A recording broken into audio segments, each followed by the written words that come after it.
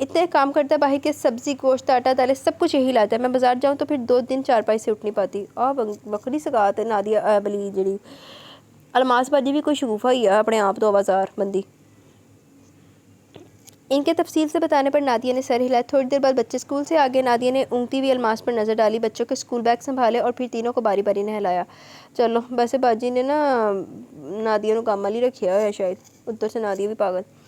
جب تک باجی اٹھی وہ بچوں کو کھانا کھلا چکی تھی. باجی کی تشکر کے احساسات سے آنکھیں نم ہوگی. مجھے تم پر فخر ہے نادیہ، تم بہت اچھی بہن ہو.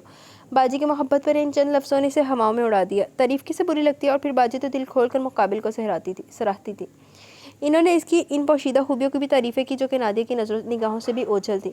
ان تعریفوں کا کچھ تو حق ادا کرنا تھا. اس نے مشین لگا کر ہفتہ بھر کے کپڑے بھی دھو دیے. چلو جی صحیح ہے، دور فٹے منا دیا. مجھے لگتا ہے کہ کچھ تو گڑبڑ ہوگی، مطلب کہ یہ باجی جیسی نظر آ رہی ہے نا ویسے نہیں نکلیں گی، یہ کچھ تو ہوگا. سچ نادیہ، جو بات تم میں ہے وہ صبا میں بالکل نہیں. وہ بہت باتونی لڑکی ہے، جبکہ تم انتہائی کم گو، معصوم، نازک اور خوبصورت لڑکی ہو. جس بھی گھر میں چاہو کہ اجالے بکھیر دو گی. ہر طرف بڑا ہی خوش نصیب ہوگا تمہارا ہم سفر، جسے تم جیسی دلکش اور منموہنی سی دلہن مل جائے گی. مجھے تو جیلسی فیل ہو رہی ہے اس بندے سے. الماس نے اس کی تھوڑی چھو کر نہایت ہی دلار سے کہا. نادیہ کا چہرہ شرم سے لال پڑ گیا.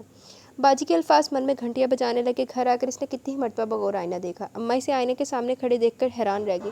مجھے لگتا ہے یار یہ باجی صحیح نہیں بندی، کیونکہ ماں اس کی جس چیز سے روک رہی ہے نا، پیرنٹس کی بات ماننی چاہیے. کیا شکل بدل گئی جو دیدے پھاڑ پھاڑ کے گھورے جا رہی ہے شیشے کو. اب بس بھی کرو حسن آرام بیگم. اماں آپ بھی نا. اس کے خوابوں کا محل دھڑام سے گرا. وہ تو نہ جانے کہاں سے کہاں پہنچ گئی تھی ان چند لمحوں میں. اماں نے اسے حقیقت کی تلخ دنیا میں لاپٹ کھا. وہ چڑ کر سامنے سے ہٹ گئی.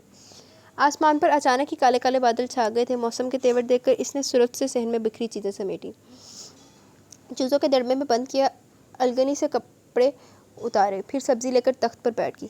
نادی، اماں نے اس کے قریب بیٹھتے ہوئے بڑے پیار سے کہا. وہ بھی اماں کے بدلے بدلے لب و لہجے کو سن کر چونکی. کاظم کی ماں آج پھر آئی تھی. میں نے سوچنے کے لیے وقت مانگا. دیکھ بیٹی، میں تیری ماں ہوں، اچھا ہی سوچوں گی نا تیرے لیے. اور پھر لڑکا بہت اچھا ہے. اس کی ماں کو نیک گھرانے کی پیار کرنے والی بچی چاہیے. میلاد میں دیکھا تھا انہوں نے تمہیں، بہت پسند آئی تم کاظم کی بہنوں کو، اس لیے تو انہوں نے دہلیز پکڑ رکھی ہے ہماری. ورنہ کاظم کے لیے رشتوں کی کمی تو نہیں ہے. خوبصورت ہے، پڑھا لکھا ہے، اتنی اچھی نوکری ہے اس کی. نجف کہہ رہا تھا کہ خالہ اس سے بہتر رشتہ نہیں مل سکے گا میں اپنی نادی کے لیے. اماں آپ کو کیا جلدی ہے مجھے اس گھر سے نکالنے کی؟ ان کی بات پوری سن کر وہ غصے سے بولی. اماں نے خفگی سے گھورا. تیری عقل گھاس چرنے چلی گئی ہے. اس نے سبزی کی ٹوکری اٹھائی اور باورچی خانے میں گھس گئی. اماں نے اس کے تیور دیکھ کر سر پیٹ لیا تھا. اگلے دن وہ صبح صبح باجی کی طرف چلی گئی. باجی کے پوچھنے پر اس نے اماں کے ارادے سے آگاہ کیا. باجی نے تعصب سے سر ہلایا.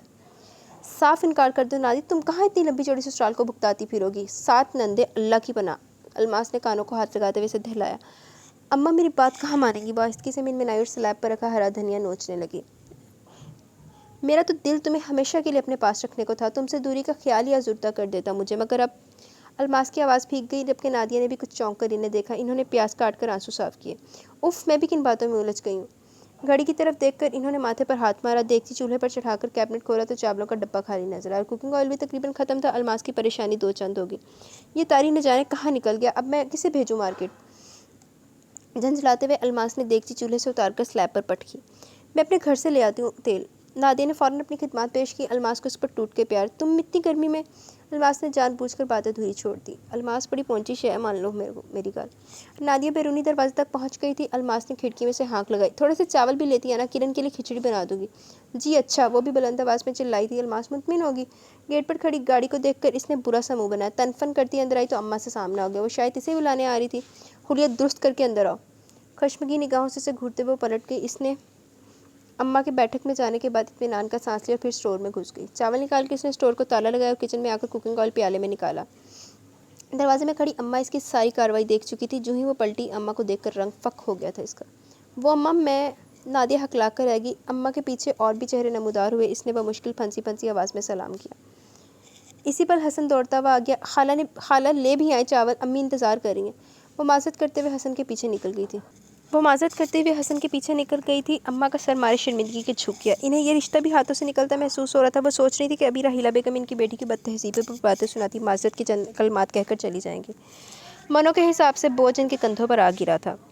بہت ہی احساس کرنے والی بچی ہے آپ کی. راحیلہ بیگم نے کہا. بھی تو کیا. انہیں اپنی سماعتوں پر دھوکے کا گمان ہوا. مارے خوشی کی آنکھیں جھلملا گئی. انہوں نے سرعت سے اپنے تاثرات چھپائے. اب مزید انتظار نہ کروائیں خالہ جان ہمیں، خازم کی بڑی بہن بہت خوش دلی سے بولی۔ جمعے کے مبارک دن ہم انگوٹھی پہنانے آئیں گے۔ انہوں نے کھڑے کھڑے سب کچھ طے کر لیا۔ اماں کا سر اس بات میں ہلتا چلا گیا۔ نادیہ جان بوجھ کر دیر سے ہی مہمان جا چکے تھے اور وہ جانتی تھی کہ اماں اسے نہیں بخشیں گی، مگر گھر آ کر وہ چونک اٹھی۔ اماں کو خوشگوار موڈ دیکھ کر انہوں نے نہ اسے جھڑکا نہ غصہ کیا، زیر لب مسکراتے ہوئے اپنے کاموں میں مصروف رہیں۔ یہ بس نادیہ بی بی کی آنکھیں کھلنے کی دیر ہے، یہ پتہ نہیں اماں کی کھلنیاں دیکھتے ہیں کیا ہوتا ہے۔ شام کو ابا آئے تو اماں نے اسے چائے بنانے کا حکم دے دیا۔ ابا نے کبھی اس وقت چائے نہیں پی تھی۔ وہ جلتی بھونتی کچن کی طرف چل دی۔ رات تک اسے اماں کے مارکے کی خبر مل گئی تھی۔ اچھا یار سمجھ نہیں آ رہی ہے، دیکھو چائے بنانے کا بولا تو جان نکل گئی ہے، موت پڑ گئی ہے، تو دوسرے کے گھر میں کام کرتے وقت موت نہیں پڑ رہی، ان کے بچے نہلا رہی ہیں، ان کی وہ سیوا کر رہی ہے جا کے، تو اور فٹے منہ نہ دیا۔ رات تک اسے اماں کے مارکے کی خبر مل گئی تھی۔ اس کی اور اماں کی خوب جھڑپ ہوئی۔ اس نے غصے سے کھانا بھی گول کر دیا۔ رات بھر بھوکی پیاسی روتی رہی۔ صبح اٹھ کر الماس باجی کو اماں کی کارروائی کی سب سے پہلے رپورٹ دی۔ باجی نے سبق کو بھی بلوا لیا تھا۔ دونوں نے مل کر اسے خوب تسلیاں دلاسے دیے۔ وہ سوں سوں کرتی سنتی رہی۔ آج اس کا باجی کی طرف رہنے کا ارادہ تھا۔ وہ اماں کو بتا کر آئی تھی کہ وہ اب ان کے گھر نہیں رہے گی۔ اماں اس کے بچپنے پر بھنا اٹھی تھی، تاہم کہا کچھ نہیں۔ جانتی تھی کہ وہ دو گھڑی کا غصہ جس کا سارا دن وہ باجی کے ساتھ مصروف رہی۔ شام کو محسن بھائی خوب لدے پھندے گھر آ گئے تھے۔ نادیہ چائے بنا لاؤ۔ محسن بھائی نے اسے آواز دی۔ وہ اٹھ کر چائے بنانے چل دی۔ اب دیکھو کسی پرائے گھر میں اس کو چائے بناتے وقت موت نہیں پڑ رہی، اپنے گھر میں موت پڑ رہی تھی اس کو۔ بڑے خوشگوار ماحول میں چائے پی گئی۔ رات کو اس نے خوب محنت کر کے دال چاول بنائے۔ کرن کی فرمائش پر ٹرائفل بھی تیار کیا۔ وہ بچوں کے ساتھ لوڈو کھیل رہی تھی جب طارق چلا آیا۔ نادیہ کی پیشانی پر بل پڑ گئے۔ وہ اٹھ کر جانے لگی جب طارق نے اسے روک لیا۔ ادھر آؤ۔ وہ اسے اپنے بازو سے پکڑ کر صحن میں لیا اور پھر زینے کی طرف بڑھنے لگا۔ نادیہ نے گھبرا کر اسے بازو چھڑوانے کی کوشش کی۔ برآمدے میں پہنچ کر اس نے اپنے کمرے کا دروازہ کھولا۔ کبوتروں کی گندگی، حبس اور بدبو نے ایک ساتھ حملہ کیا۔ نادیہ نے ناک دبا کر اسے گھورا۔ کیوں لائے ہو مجھے یہاں؟ وہ غصے سے بولی۔ آہستہ بولو۔ طارق نے نرمی سے ٹوکا تھا اسے اور پھر بدرنگ سی قمیص کی جیب سے چھوٹا سا ٹیپ ریکارڈر نکال لایا۔ وہ حیران نظروں سے اسے دیکھنے لگی۔ اس نے ایک دو بٹن چھیڑ کر اسے خاموش رہنے کا اشارہ کیا۔ اس کے اندر وہ چیز ہے جسے سن کر تمہیں فیصلہ کرنے میں بہت آسانی ہوگی۔ صاف شفاف راستوں کو پہچان لو گی تم اور میں بھی یقیناً۔ وہ پورے اعتماد لہجے میں گویا۔ وہ پھر ٹیپ ریکارڈر آن کر دیا۔ اس نے صرف 2 منٹ اور 25 سیکنڈ اس کی پوری ہستی ہلا کر رکھ دی تھی۔ دیکھا وہ فخر رنگت کے ساتھ سنتی رہی یہاں تک کہ اس کی آنکھوں سے سیلاب جاری ہوگا۔ جب میرے کانوں میں یہ زہر اترا تھا مجھے بھی اتنی تکلیف ہوئی تھی۔ پہلی مرتبہ مجھے اپنے وجود سے نفرت محسوس ہوئی۔ میں ابھی اسی طرح رویا تھا۔ جب آنسو تھمے تو میں نے ایک فیصلہ کیا، خود کو منوانے کا فیصلہ، اپنے وجود کی عمارت کو دوبارہ کھڑا کرنے کا فیصلہ۔ اس لیے میں نے کپڑے کی مل میں نوکری کر لی ہے۔ پہلی مرتبہ محبت کا ذائقہ محسوس کیا میں نے۔ کل صبح میں نے کراچی چلے جانا، یہ امانت تمہارے حوالے کرنا تھی۔ طارق نے بھیگے لہجے میں کہہ کر ٹیپ ریکارڈر اس کی طرف بڑھایا جسے اس نے تھاما نہیں تھا۔ وہ لرزتی ٹانگوں سے چلتی ہوئی بمشکل زینہ اتری۔ گیٹ کھول کر اس نے اپنے گھر کی طرف دوڑ لگا دی۔ ابھی تک الماس کے الفاظ کانوں میں گونج رہے تھے۔ اس نے کرب سے دونوں ہاتھ کانوں پر رکھ لیے۔ اسی پر لائٹ چلی گئی تھی۔ ہر طرف گھپ اندھیرا پھیل گیا تھا۔ پاؤں کے نیچے شاید کوئی پتھر آیا تھا اور منہ کے بل گر پڑی۔ پاؤں سے ہلاتے ہوئے اس نے گھٹنے پر سر رکھ دیا۔ وہ ذہن میں بجھی آواز اس کے پیچھے چلی آئی۔ دیکھیں نا محسن، اتنی تو مہنگائی ہے، اخراجات پورے نہیں ہوتے، نوکرانی میں افورڈ نہیں کر سکتی، کیونکہ مہینے کے آخر میں لمبے چوڑے بلوں کے ساتھ ایک اور اضافی خرچہ۔ ابھی تک تو نادیہ سے کام کرواتی آئی ہوں، سبب بھی فلمیں دیکھنے اور باتوں کے چسکے کے لیے آ جاتی ہے، مگر کب تک؟ اس لیے میں نے سوچا کہ طارق کے ساتھ نادیہ کی شادی کروا دوں، مفت میں سارے کام بھی ہو جائیں گے اور طارق پر احسان الگ۔ ویسے بھی نادیہ جیسی عام سی شکل و صورت والی لڑکی کے ساتھ طارق ہی ٹھیک رہے گا۔ اس کی ماں کے مزاج ہی نہیں ملتے، مگر لڑکی کو قابو کر لوں گی، اور رہا طارق تو اس نکھٹو کو ہمیشہ کے لیے دبانے کا واحد علاج بھی یہی ہے۔ الماس بڑے کر و فر کے ساتھ پلاننگ کر رہی تھی۔ نادیہ نے سر اٹھایا تو ننھی منھی سی روشنی چہرے پر پڑی۔ وہ گھبراتے ہوئے اٹھ گئی۔ دوپٹے سے چہرہ صاف کر کے اس نے اپنی طرف بڑھتے والے حوالے کو دیکھا۔ وہ پہچان چکی تھی۔ ٹارچ ہاتھ میں پکڑے بے قراری سے اس کی طرف آنے والا کون ہے؟ وہ دوڑتے ہوئے اماں کے سینے سے جا لگی۔ یہ ہوتا ان لڑکیوں کا، ان عورتوں کا انجام جو اپنے پیرنٹس سے زیادہ کسی دوسرے کو اپنا سگا سمجھتی ہیں نا، وہ پھر ایسی منہ کی کھاتی ہیں۔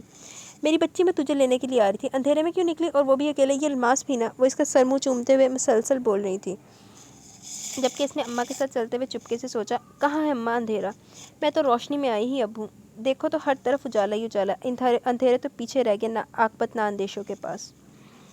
جی تو گائز یہاں پہ چھوٹی سی اسٹوری اپنے اختتام کو پہنچی۔ سوشل پہ تھی، یہ سوسائٹی پہ تھی۔ تو ایسا ہوتا ہے جب آپ کرتے ہو نا کسی دوسرے بندے پہ ٹرسٹ اپنے پیرنٹس کو چھوڑ کے، تو ایسا ہی ہوتا ہے، آپ کو منہ کی کھانی پڑتی ہے۔ آپ اپنے پیرنٹس کے ساتھ سچ یعنی آپ لوگ ایک ٹائم پہ اگر آپ لوگوں کو ایسا لگ رہا ہے جی کہ ہمارے پیرنٹس ہمارے دشمن ہیں، اور جو باقی جتنے بھی ہیں نا، باقی باہر والے جتنی بھی سوسائٹی ہے، باہر والے ہمارے کزن ہیں، ہمارے کوئی رشتہ دار ہے، کسی بھی طرح کے کوئی رشتہ دار ہے، کوئی دوست ہے، اس طرح کے یہ لوگ ہمارے سگے ہیں، ہمارے پیرنٹس ہمارے سگے نہیں ہیں، یا ہمارے بہن بھائی ہمارے سگے نہیں ہیں، تو پھر ان کے ساتھ یہی ہوتا ہے، ان کو منہ کی کھانی پڑتی ہے۔ یہ تو پھر یہ اس کو ٹائملی پتہ چل گیا. اگر اس کو بعد میں پتہ چلتا تو پھر ساری زندگی بیٹھ کر روندی رہندی تے نوکرانی بن کے رہندی الماس باجی کی.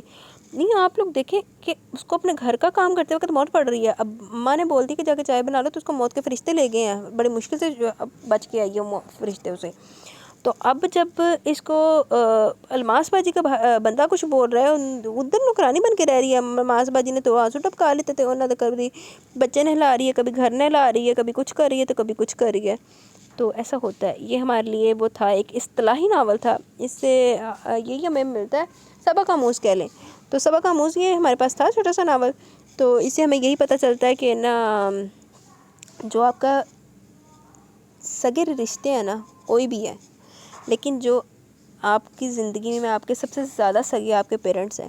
آپ کے پیرنٹس سے زیادہ آپ کا بھلا کوئی نہیں سوچ سکتا.